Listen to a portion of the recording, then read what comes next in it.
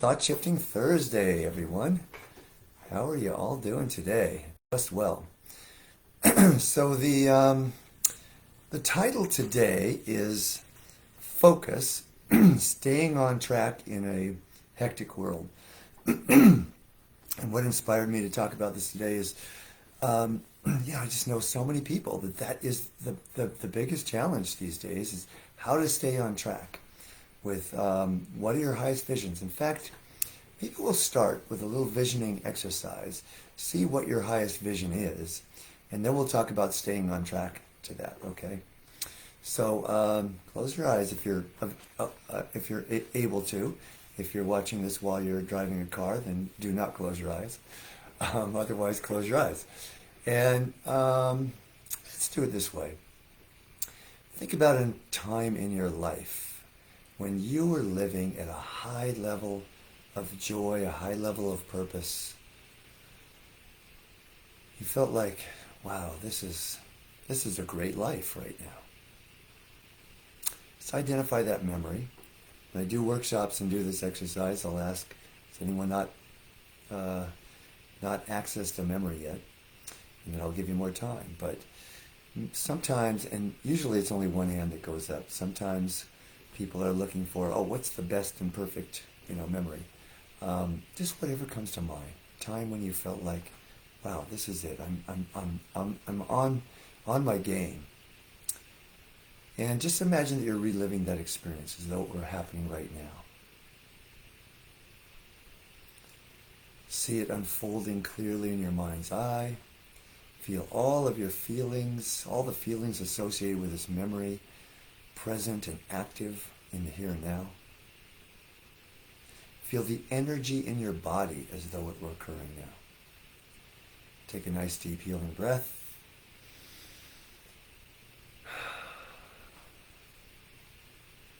Fully integrating the power, the wisdom, the truth in this experience. Now take the energy of this memory, put it out in the future. Doesn't matter how far, just somewhere in the future. Whatever feels right to you, 1 year, 2 years, and 5 years. And just let that energy build and take form. And see what forms for a vision of living your ideal life. And I'll ask them some questions to help make it as clear and specific as possible. It will only be as specific as it needs to be for right now. For some people it will be very specific, for others more general. So just trust, however it comes to you is perfect. So, what are you doing in this ideal life of yours? Are you living in joy? Who are the people that you are surrounded by that bring joy into your life? Family members? Who are the people who are perhaps no longer surrounding you because they're not bringing you joy? What are you doing for vocation and or service in your life? And who are the people that you serve with? Again, this is your ideal life. You could wave a magic wand.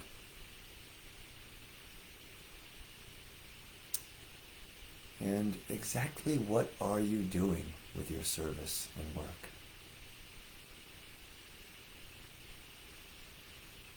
And who are the people that you're serving, and what qualities do they have in order to be the right target market or the right recipients of your service? And how do these people who you serve, customers, clients, whatever, how do they impact your life? How do they help you grow through your interaction with them?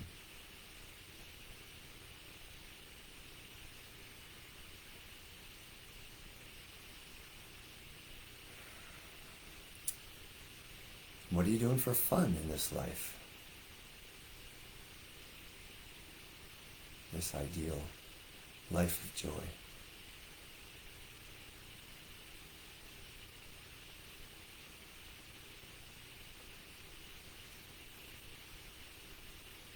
How about traveling?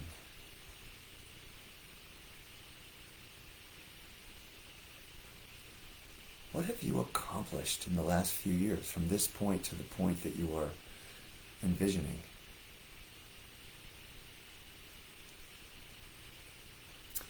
What are your relationships like with family, friends, significant other in this ideal, joyful life? All right, so bring your awareness back. If you're watching this video later and you want to pause it and write down some of what you got just to help ground it, feel free to do that. And then start up again. So now we're going to talk about moving toward it. So, in life coaching, we create action steps. We create a vision, like we've just done. Would take a little more time with it, if we were doing it one-on-one. And then we look at what are the action steps to move in the direction of this. And then, having accountability really helps people. It's amazing. I'll share with you, not long ago I took on a business coach for a little while, and I had several ideas that I could have implemented that I'd been thinking about for a year or so. One was doing group coaching, which I hadn't been doing. I'd never done before. And getting some work done on some of my manuscripts and expanding some of the other things we're doing in our business. And all of these things started to happen simply because I spoke it to another person, and I knew I was going to be talking to that person again. So I got on the ball.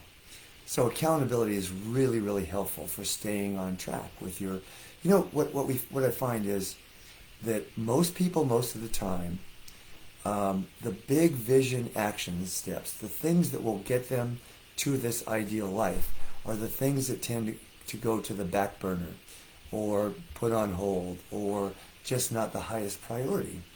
And why is it? There's a number of reasons. I'm not going to go into talking about too much about doubt and fear today, but that's one of them, right? Is when people get closer and closer to manifesting their highest vision, then doubt and fear comes up. Am I worthy of that degree of magnificence to be living this ideal life? And so that's what stops a lot of people. So I call it alignment between intention and action. So people have ideas. Like one example I like to use is, I want to write a book. Haven't started yet. Been wanting to write a book for 10 years, 20 years, right? And ideas tend to fade really quickly unless we take action. So then we create an action step, a measurable, inviting, and exceedable action step. So a not very helpful action step would be, I want to finish my book by December of 2023. The problem with that is you could wait until November 30th and start it and then not have time to finish it by then. A helpful action step would be, I'm going to sit down and write for a half an hour, 3 days a week. A minimum. Goals are to stretch us, so that might be a goal, right? I'm going to finish my manuscript by December 2023. But action steps you want to lowball. You want to make them inviting and exceedable, because it's too much, you're not going to do it. If you said, I'm going to write 7 days a week and for an hour, and then you miss a day, then you feel demotivated because you've failed. But you say a minimum of 3 times a week, 4 times a week, whatever, for a half an hour, that's doable, that's inviting, that's exceedable. So then if you do, you sit down and you're writing and you're having fun with it, and you do an hour instead of a half an hour once in a while, you've exceeded your intention. And doesn't that feel even better? That builds up psychological momentum, whereas falling short makes us want to give up. Now, back to accountability. So whether you have a life coach or you're just an accountability partner, someone that you meet with on a regular basis, once a week, whatever it might be, and sorry, text was just coming in, and you just talk about, and you keep it short, because if it's going to be a long thing, then you're probably not going to keep up with it. But just keep it short. This is what I want to do. This is what I'm going to do this week, right? And then you speak that out loud, and then you check in the following week and see how well you've done. Very, very powerful. Want to talk about habits. I just listened to a book called Atomic Habits not long ago and heard about this book many, many times. And a lot of it is something that it's not how I would coach. It's not what I would emphasize. I tend to work with people mostly on a consciousness basis, and we create action steps. But, what I find is when we have the consciousness, and I've got lots of videos that have talked about this before, when I have consciousness to create something, then I don't need accountability, right? So our pivoting practice, other practices are things that create the consciousness, and then the action steps happen naturally. But they feed each other. When I take action, it raises my consciousness. When I raise my consciousness, it leads to greater action. Greater action leads to more higher consciousness. But Atomic Habits is a much more structured approach. So for people that, if you have a lot of bad habits that you want to get over, you want to heal, and you want to create some new good habits, read or listen to this book. It's got some really good ideas. I created a few notes that I jotted down from listening to the book. Let's see what I want to share with you here. You want to have a cue to remind you to do a healthy habit. So what you want to do is, let's see, one of the related that he talks about stacking habits. So let's see if I can think of an example. Lots of great examples in the book, which I can't remember right now. It's been about a month or so. But so, for example, meditating first thing in the morning. Once I brush my teeth, I sit down to meditate. So that's stacking a habit, right? Making one a cue to do another. Or it could be the opposite. I'll brush my teeth after I meditate, right? So either way can be very, very helpful to create that cue to stay on track. Make them easy. We talked about that. I like to make action steps inviting and exceedable. There's certain systems that say just do the smallest, simplest amount.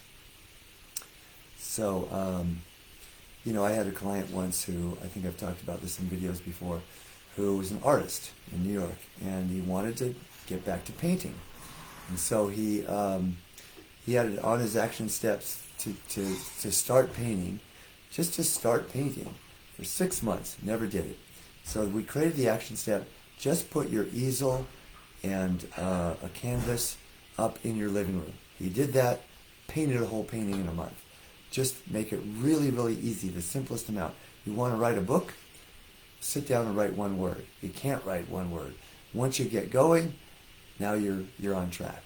Write a paragraph. So that can help to get on track.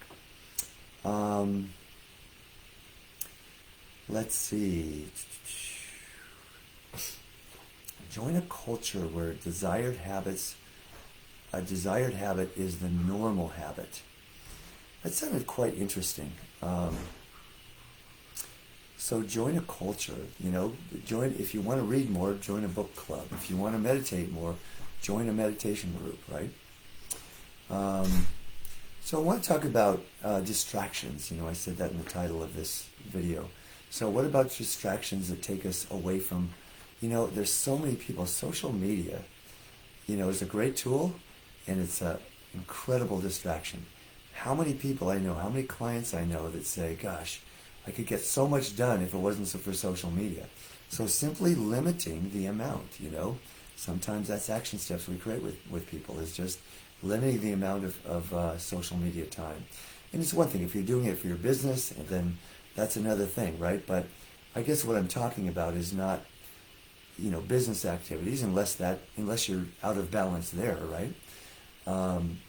But especially for games on one's phone and, social media, just connecting with people, and you can go down this rabbit hole. Sometimes that happens to me with YouTube, right?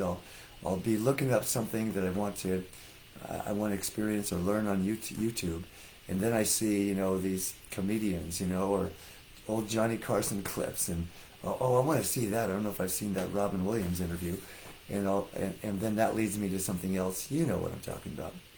So, but it's pretty rare for me. I mean, another reason that I didn't, completely resonate with a book, I don't know if that's the way I really want to say it, is that I've already developed really healthy habits, and I'm pretty much on fire in my life about doing the things that I want to do. But again, for many, many years I've been developing these habits. So if you're just starting out, reducing unhealthy habits and then increasing your healthy habits, great book to read, Atomic Habits. So, what else? Is there anything else I want to say? You've heard me, if you've watched my videos, many, many times talk about do things for the joy of doing them, not for the have to, definitely not for the should. So what that means is think about, and I call it long-term joy. Think about, rather than, okay, I should be meditating 7 days a week, or I should be sitting down and writing this book, really focus in on what's the end result. How will I feel a month from now if I'm meditating regularly? How will I feel a year from now? How will I feel 2 years from now if I'm sitting down and writing a half an hour, 3 days a week, right? Well, I'll have a completed manuscript in a year, maybe 2 years at the most. So you focus in, you feel the joy from that, and then you bring that back to the doing, and the doing becomes more joyful because now you're in the energy of the potential of its fulfillment. What I like to call living from the energy of the completed vision. So I think that's about all for today. That's our little tips about how to stay on track. Would love to hear yours. Let's share. I mean, I'm sure a lot of our viewers have a lot of great ideas. So put it in the comments. If you got something valuable out of this, give us a like. Share it with anyone who you think would benefit. And have a great rest of your week and weekend. And we'll see you next week. All right. Take care, my friends.